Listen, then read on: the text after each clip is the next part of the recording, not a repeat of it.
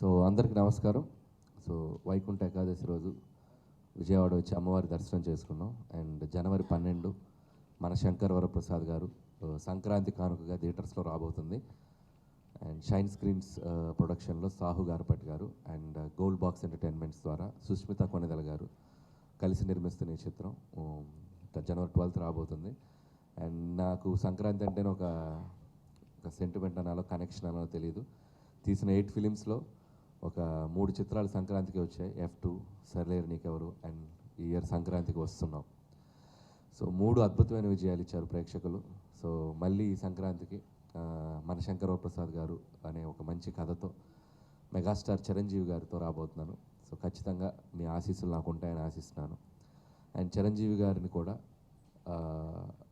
Family entertainer అనే ఒక స్పేస్లోకి తీసుకొచ్చి ఆయనలో ఉన్న ఒక అద్భుతమైన కామెడీ టైమింగ్ని, ఆయనలో ఉన్న ఒక స్ట్రెంగ్త్ని మళ్ళీ అంటే నాకు ఆయన సినిమాలు అంటే చాలా ఇష్టం. కొన్ని సినిమాలు ఎస్పెషల్లీ అన్నయ్య కానీ, బావగారు బాగున్నారు కానీ, గరాణమోడు కానీ ఇలాంటి జోనర్స్లో ఆయన సినిమా చేసి చాలా ఏళ్ళైంది. సో అది నాకు ఎగ్జైటింగ్ అనిపించింది కథ చేసిన దగ్గర నుంచి కూడా. సో ఈ సినిమాలో చిరంజీవి గారు అద్భుతంగా నటించి ఓకేనా ఈ సినిమాలో చిరంజీవి గారు అద్భుతంగా నటించి అద్భుతంగా డ్యాన్సులు చేసి ఎనర్జీతో స్లిమ్గా ట్రిమ్గా హ్యాండ్సమ్గా చూసిన వాళ్ళందరూ చరణ్ బాబుకి తమ్ముడా అని ఒక కమెంట్స్ వస్తూ ఉన్నాయి. అంత హ్యాండ్సమ్గా ఉన్నారు ఆయన. సో నిజంగా హ్యాట్స్ ఆఫ్ టు చిరంజీవి గారు. సో ఆయన తీసుకుంటున్న కేర్, ఆయన తీసుకుంటున్న ఇది డిసిప్లైన్ అన్నిటికీ. అండ్ నా అదృష్టం ఈ సినిమాకి ఆ లుక్ కుదరటం. సో అలాగే ఈ సినిమాలో క్యాస్టింగ్ వైజ్ వస్తే నయనతార గారు ఆఫ్టర్ లాంగ్ టైం మళ్ళీ చిరంజీవి గారితో కలిసి నటిస్తున్నారు. అండ్ శశిరేఖ అనే ఒక అద్భుతమైన పాత్రలో మనందరినీ ఎంటర్టైన్ చేయడానికి ఆవిడ వస్తున్నారు. అలాగే ఈ సినిమాలో ఒక సూపర్బ్ క్యామియో విక్టరీ వెంకటేష్ గారు కూడా నటిస్తున్నారు. సో దానికి సంబంధించిన ఒక అద్భుతమైన పాటని, ఒక ఫెస్టివల్ సాంగ్ని ఈరోజు ఈవినింగ్ గుంటూరు విజ్ఞాన్స్ ఇంజనీరింగ్ కాలేజ్లో రిలీజ్ చేయబోతున్నాం. అండ్ ఫార్చునేట్లీ నేను చదువుకున్న కాలేజ్, నేను ఇంజనీరింగ్ చేసిన కాలేజ్.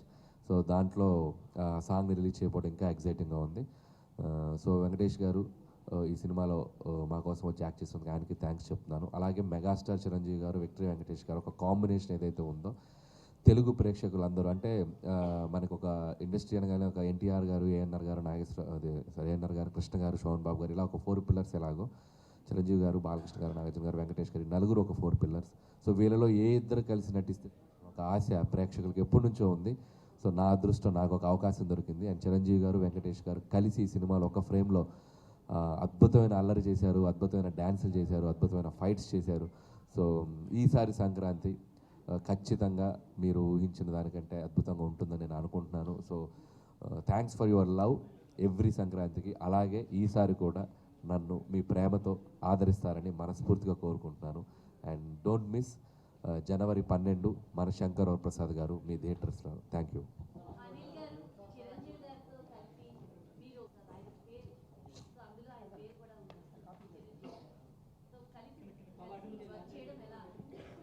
సో ఈ సినిమా ఫస్ట్ టైటిల్ అనుకున్నప్పుడే నేను చిరంజీవి గారు మేము అనుకున్నది ఏంటంటే, సార్ ఒక వెరీ కామన్ టైటిల్ పెడదాం, ఎందుకంటే ఆడియన్స్ బాగా ఈజీగా కనెక్ట్ అయ్యే టైటిల్, వాళ్ళ మధ్యలో ఉండే టైటిల్, వాళ్ళ మధ్యలో ఉండే ఒక పేరులాగా ఉంటే బాగుంటుంది. హీరోయిజం జనరల్గా హీరోయిజం టైటిల్స్ పెడుతూ ఉంటాం. సో హీరోయిజం టైటిల్స్ పెడుతూ ఉంటాం. బట్ ఈ సినిమాకి వచ్చేసరికి ఆయన ఒరిజినల్ పేరు శివశంకర్ వరప్రసాద్. సో ఆ పేరునే తీసుకొని సినిమాలు పెట్టడం జరిగింది. అండ్ కరెక్ట్ కూడా బాగుంటుందని, అది కూడా మనం ఓన్ చేసుకున్నట్టు, ఇదిగో మన అనిల్, మన సాహు, మన సుస్మిత గారు ఇలా అన్నట్టు మన శంకర్ వరప్రసాద్ గారు ఇలా కలోక్యల్గా పెడితే బాగుంటుందని పెట్టాం. దానికి కూడా మంచి రెస్పాన్స్ వచ్చింది. ఈరోజు ఆడియన్స్ కూడా ఇది మన ఫిలిం అనే ఒక ఓన్ చేసుకునే విధంగా కూడా టైటిల్ ఉండటం హ్యాపీగా అనిపిస్తుంది అండి. బేసిక్గా మల్టీ స్టార్ మూవీస్ అంటే ఎవరైనా ఇష్టపడతారు సార్. అందులో ఇద్దరు మీరు అన్నట్టు ఇద్దరు వెంకటేష్ గారు అండ్ చిరంజీవి గారు. సో ఎలాంటి భారీ ఎక్స్పెక్టేషన్స్ పెట్టుకోవచ్చు ఆడియన్స్? అంటే ఎక్స్పెక్టేషన్ అంటే ఎవ్రీ పొంగల్ నాకు ఒక ఒక ఒక జాయ్ఫుల్ రైడ్లా ఉంటుంది. ఏదో నేను మా ఊరు వచ్చినట్టు, మా సొంత ఊరు వెళ్ళినట్టు ఆడియన్స్ మధ్యలోకి వస్తుంటే అంత కనెక్ట్ ఫీల్ అవుతాను నేను, ఎందుకంటే వాళ్ళు అంత అద్భుతంగా ఆదరిస్తున్నారు. అండ్ ఈసారి కూడా నా ఎయిమ్ ఎప్పుడు ఒకటే, హౌ మచ్ ఎంటర్టైన్మెంట్ నేను ప్రేక్షకులకు ఇవ్వగలను. ఆ సినిమా 2 గంటల 25 నిమిషాలు, 2 గంటల 40 నిమిషాల సినిమా ఉంటే దాన్ని ఎంతవరకు వాళ్ళని నేను ఎంటర్టైన్ చేయగలనే ఒక కాన్సెప్ట్తోనే ముందుకు వెళ్తాను. సో వాళ్ళు అంతే విధంగా దానికి ఆదరిస్తూ వచ్చారు. మీరు అన్నట్టు ఈసారి చిరంజీవి గారు త్రూ అవుట్ ఫిల్మ్ ఆయన భుజాల మీద తీసుకెళ్తూ అద్భుతంగా మిమ్మల్ని ఎంటర్టైన్ చేస్తారు. అలాగే లాస్ట్ ఒక 20-25 మినిట్స్ విక్టరీ వెంకటేష్ గారు జాయిన్ అవుతారు. ఇక వాళ్ళిద్దరు జాయిన్ అయ్యాక నేను దాని గురించి ఎక్కువ చెప్పలేను. అండ్ ఎందుకంటే దాని తాలూకు ఎగ్జైట్మెంట్ మీరు థియేటర్లో చూస్తేనే బాగుంటుంది. That's all. లేదండి, అంటే వాళ్ళు పాడలేదు సాంగ్, ఇద్దరు సింగర్స్ పాడారు. అండ్ అది ఈవినింగ్ రివీల్ అవుతుంది.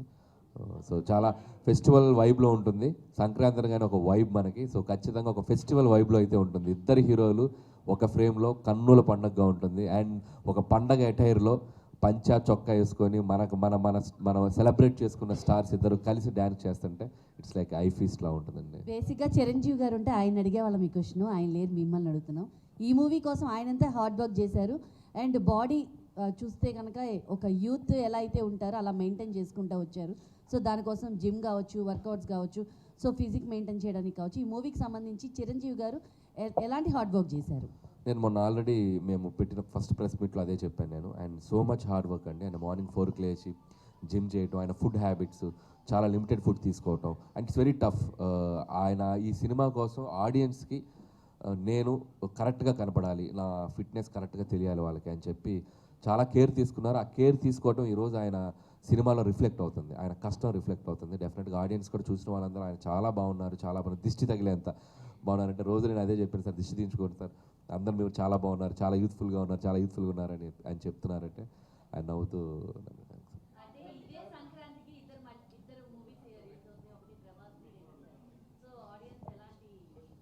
సంక్రాంతి అనేది ఇట్స్ లైక్ మూవీ ఫెస్టివల్, ఒక సినిమా కాదు. సంక్రాంతి అంటే పండగ సినిమాలు, ఒక సినిమా అని కాదు, 4-5 సినిమాలను పండగ తీసుకుంటుంది. దాంట్లో ముందుగా రెబల్ స్టార్ ప్రభాస్ గారితో బోని కొట్టబోతుంది Sankranti. So you are all waiting for Raja Saab. అందులో డార్లింగ్ ప్రభాస్ గారు ఒక స్ట్రాంగ్ ఎంటర్టైన్మెంట్ జోనర్. ఆయన కూడా ఆఫ్టర్ లాంగ్ టైం అంటే pan India films, action films చేశారు. సో ఫస్ట్ టైం ఆయన కూడా ఒక ఎంటర్టైన్మెంట్ లుంగి కట్టుకొని సరదాగా చలాకీగా తిరుగుతుంటే నాకు చాలా ఎక్సైటింగ్గా ఉంది. And definitely we are all exciting for Raja Saab. మాకంటే 3 రోజుల ముందు రిలీజ్ అవుతుంది. Wishing them all the best. And Prabhas garu and Maruti గారు అండ్ పీపుల్స్ మీడియా విశ్వప్రసాద్ గారికి నా బెస్ట్ విషెస్ చెప్తున్నాను. Hope they'll open the Sankranti with a blockbuster, then we will continue that. Yeah, అది అఫీషియల్గా అనౌన్స్ చేస్తామమ్మా. ట్రైలర్ లాంచ్ ఈవెంట్ అనుకుంటున్నాం. అది timing ఏంటి, place ఏంటి అనేది మీకు ఈరోజు ఈవినింగ్ గారు రేపు మార్నింగ్ అప్డేట్ ఇస్తారు.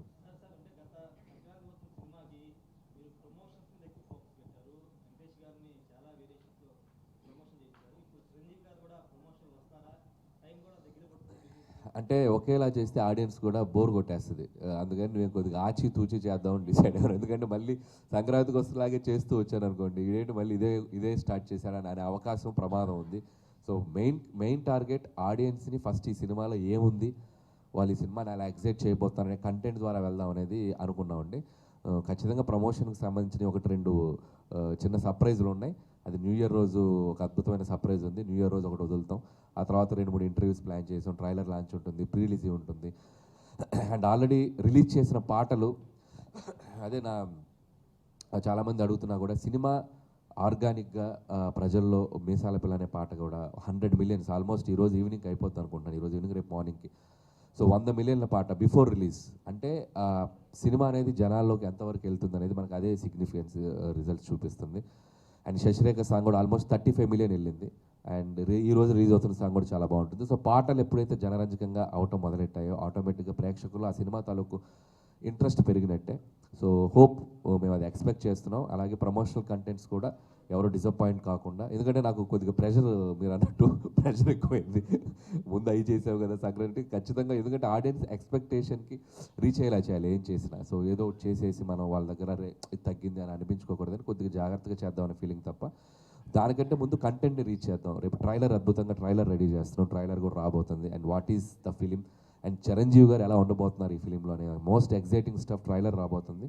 సో హోప్ ఒకదాని తర్వాత ఇక ఈ 10 days కీప్ ఆన్ అప్డేట్స్ వస్తూనే ఉంటాయి.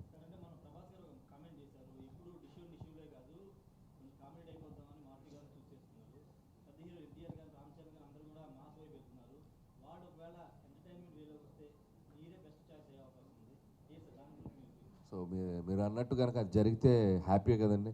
సో వాళ్ళు ఆల్రెడీ ప్రూవ్డ్. సో మీరు చెప్పిన స్టార్ హీరోస్ అందరూ కూడా ఎంటర్టైన్మెంట్ జోనర్లో అద్భుతాలు చేసి వెళ్ళిన వాళ్ళే. సో ఇప్పుడు వాళ్ళు ఇంకొక జోనర్లో ఉన్నారు, ఇంకొక స్పేస్లో ఉన్నారు. ఖచ్చితంగా ఎనీ టైం మళ్ళీ ఇలాంటి ఫిల్మ్ వాళ్ళు చేయాలనుకుంటే సో మాలాంటి డైరెక్టర్స్కి ఒక అవకాశం దొరికినట్టే. డెఫినెట్గా లెట్స్ సీ ఏదన్నా జరిగితే బాగుంటుంది.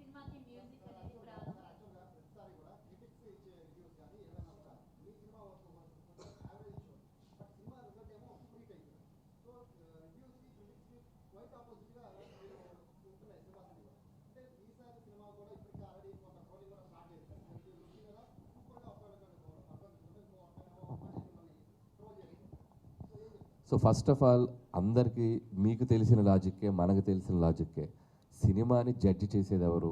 ప్రేక్షకులు. సినిమా విజయాన్ని డిసైడ్ చేసేది ఎవరు? ప్రేక్షకులు. సో రివ్యూవర్స్ అనేది వాళ్ళ individual opinion. So individual opinions ఎప్పుడు మనం ఒక పర్సన్ టు పర్సన్ మారుతూ ఉంటాయి. సో మనకి రిజల్ట్ ప్రేక్షకులు వాళ్ళు ఇచ్చే రెవెన్యూస్, వాళ్ళు ఇచ్చే బాక్స్ ఆఫీస్ రిజల్ట్స్ని బట్టి ఆ సినిమా సక్సెస్ ఆధారపడి ఉంటుంది.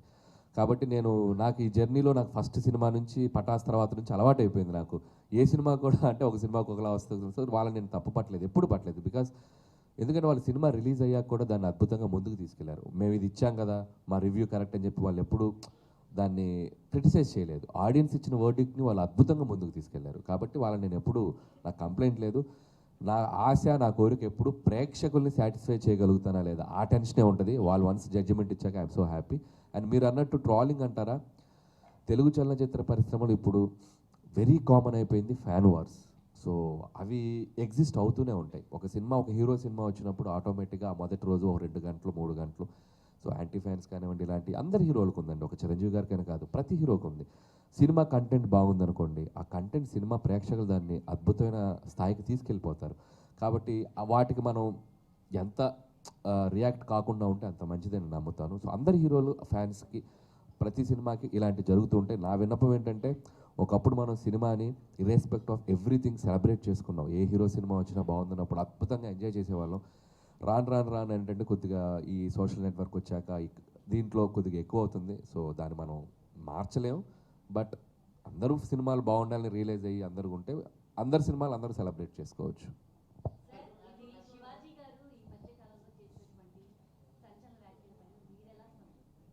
అమ్మ ఇవి చాలా సెన్సిటివ్ టాపిక్స్. నేను వచ్చింది మన శంకర ప్రసాద్ గారి సినిమా గురించి ప్రమోట్ చేయడానికి వచ్చాను.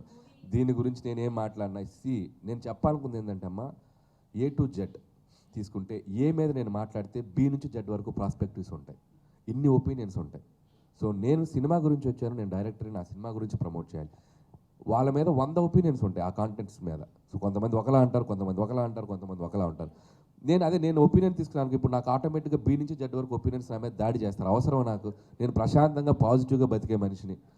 సో అందరూ ఎవరికి నచ్చినట్టు వాళ్ళు బతుకుతారు లైఫ్లో, ఎవరికి నచ్చినట్టు వాళ్ళు ఒపీనియన్స్ చెప్తారు. నాదేంటంటే నా పద్ధతి ఏంటంటే, నా పని నేను చేసుకుంటూ పోతా. నా వల్ల ఎవరైనా బాధపడితే దానికి రియాక్ట్ అవుతా, నేను ఎవరైనా బాధపడితే వాళ్ళకి సంజాయిషి చెప్తా, అంతే తప్ప అన్ని టాపిక్స్ మీద మన ఒపీనియన్స్ ఇవ్వటం ప్రతి సందర్భంలో కరెక్ట్ కాదని నా ఫీలింగ్ అమ్మా.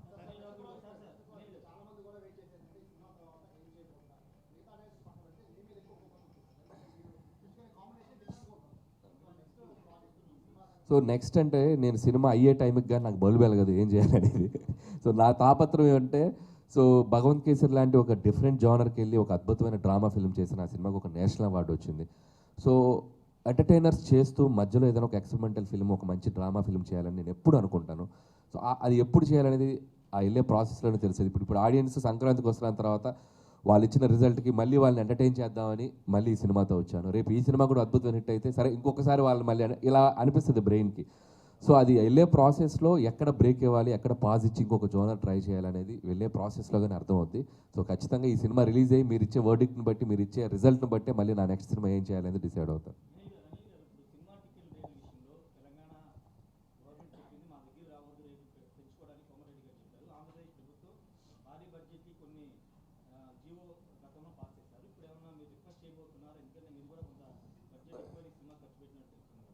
సో ఖచ్చితంగా అండి, గవర్నమెంట్ ఇచ్చిన గైడ్లైన్స్ ప్రకారం ప్రొడ్యూసర్స్ అటు తెలంగాణ అవ్వచ్చు, ఇటు ఆంధ్రప్రదేశ్ అవ్వచ్చు, ఖచ్చితంగా గవర్నమెంట్ ఇచ్చిన గైడ్లైన్స్నే ఫాలో అవ్వాలి.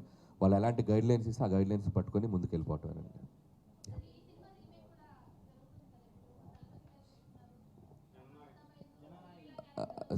సో యాక్చువల్గా అది వాళ్ళు కూడా చాలా దాచిపెట్టి చెప్తున్నారు. మా డైరెక్టర్ కూడా ఇది కొంతమంది రీమేక్ అంటున్నారు, కొంతమంది కాదంటున్నారు, ఇది తలపతి విజయ్ గారి సినిమా అని చెప్పాడు ఆ డైరెక్టర్.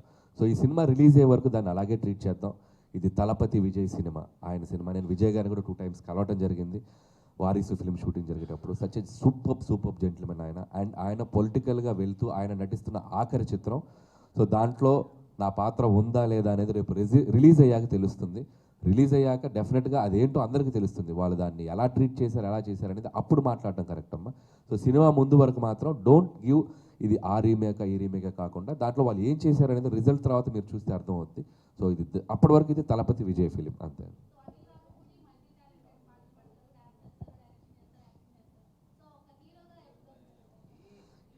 ఇప్పుడు వరకు ఎన్ని వేషాలు వేసినా అది మీకోసమే, ప్రేక్షకుల కోసమే. ఏదో వాళ్ళ అటెన్షను, వాళ్ళు నన్ను అభిమానిస్తే ఏదో నా సినిమాల మీద వాళ్ళ పట్ల ఒక ఇంట్రెస్ట్ పెరుగుతుంది. సో అనేది ఎప్పుడు నా కోరికమ్మ. అండ్ ఇన్బిల్ట్ ఒక క్రేజీ ఫెలో నేను. సౌండ్ వస్తే ఆగలేను, మ్యూజిక్ వస్తే ఆగలేను. సో బేసిక్గా నా నేచర్ అదే, నవ్వుతూ ఉంటా, నవ్విస్తూ ఉంటా. And I carry my self, నేను ఎలా ఉన్నాను అలాగే ప్రజెంట్ చేస్తా. ఇక హీరో అంటారా, అది ఇప్పట్లో ఆలోచన లేదు. సో యాజ్ ఆఫ్ నౌ డైరెక్టర్గా మంచి పీక్లో ఉన్నాను, మంచి పాజిటివ్ ఫేజ్లో ఉన్నాను. లెట్స్ సీ, ఫ్యూచర్ డిసైడ్ చేస్తుంది ఏమవుతుంది. ఎందుకు నన్ను ఇలాంటి కాంప్లికేట్ క్వశ్చన్లు అడుగుతున్నాను మీరు? ఇప్పుడు నేను అసలు హీరోగానే ఫిక్స్ అవ్వలేదు, అప్పుడే మీరు హీరోయిన్ డిసైడ్ చేస్తున్నారు.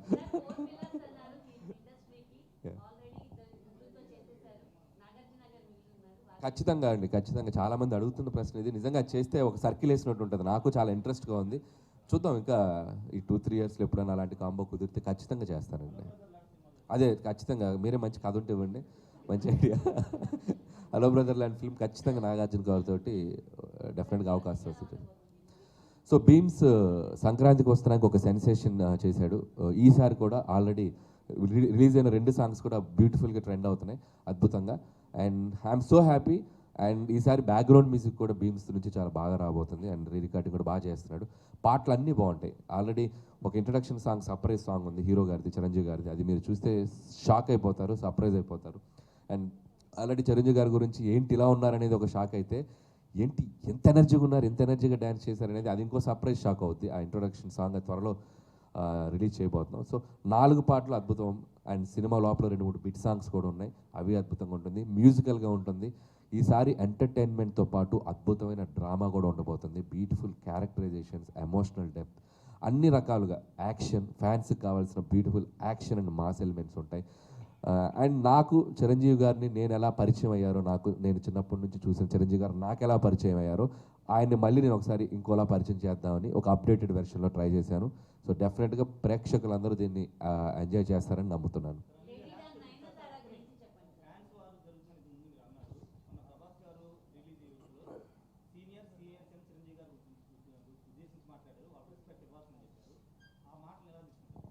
సో అది చాలా చాలా గ్రేట్ క్వశ్చన్. దాని గురించి రేపు ఒక పెద్ద ఈవెంట్లో మాట్లాడదాం అనుకుంటున్నాను.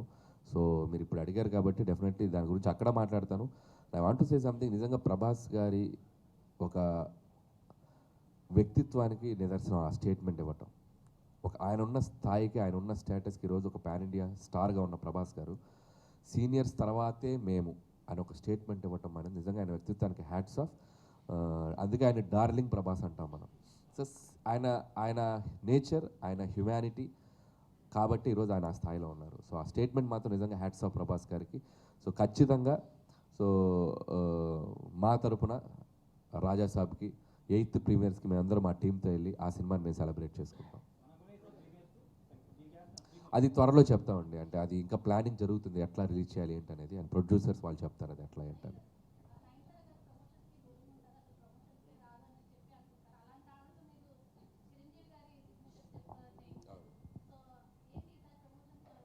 సో నయనతార గారు ఒకసారి వస్తేనే మనం ఎగ్జైట్ అయ్యాం. ఈసారి మళ్ళీ రాబోతున్నారు ఆవిడ. ఎలా రాబోతున్నారు అనేది హ్యాపీ న్యూ ఇయర్ రోజు తెలుస్తుంది. సో నయనతార గారు నిజంగా ఈ సినిమాకి చాలా బాగా కోఆపరేట్ చేశారు అండ్ చాలా బాగా సపోర్ట్ చేశారు. అండ్ మాకు ఆగస్ట్ సెప్టెంబర్లో 2 నెలలు స్ట్రైక్ వల్ల డిస్టర్బ్ అయింది. సో డిస్టర్బ్ అయితే ఆవిడ 1.5 month హైదరాబాద్లోనే స్టే చేశారు సినిమా రిలీజ్ అయ్యే వరకు, అదే సినిమా షూటింగ్ కంప్లీట్ అయ్యే వరకు. పిల్లలతో సహా ఇక్కడే స్టే చేశారు ఆవిడ. ఇంకా ఆవిడ పిల్లల్ని వదిలి ఉండలేరు. ఒక 1 day అయినా 2 days అయినా వెంటనే. సో 1.5 month ఇంటికి దూరంగా ఇక్కడ వచ్చి ఉంటాం అనేది నిజంగా నయనతార గారికి కూడా చాలా థ్యాంక్స్ చెప్పాలి. సో చాలా బాగా సపోర్ట్ చేశారు. అండ్ ప్రమోషన్స్ మీరు అన్నట్టు నాకు దొరికింది ఆపర్చునిటీ. ఆవిడే సర్ప్రైజ్ అయ్యారు. ఎందుకని నువ్వు చెప్పగానే నేను చేసేసాను, నాకు అర్థం కాలేదండి ఆవిడ. సో నాకు అదో రకంగా మీ అందరి దగ్గర నుంచి ఆ అప్రిషియేషన్ తీసుకోవడానికి హెల్ప్ అయింది. సో నయనతార గారితో ప్రమోషన్ చేయించారని ఒక అప్రిషియేషన్ రావడానికి హెల్ప్ అయింది. సో మళ్ళీ నయనతార గారితో హ్యాపీ న్యూ ఇయర్ ప్రమోషన్ రాబోతుంది. సో అది కూడా మీరు ఎక్సైట్ అవుతారు, బాగుంటుంది. ఏంటి? యా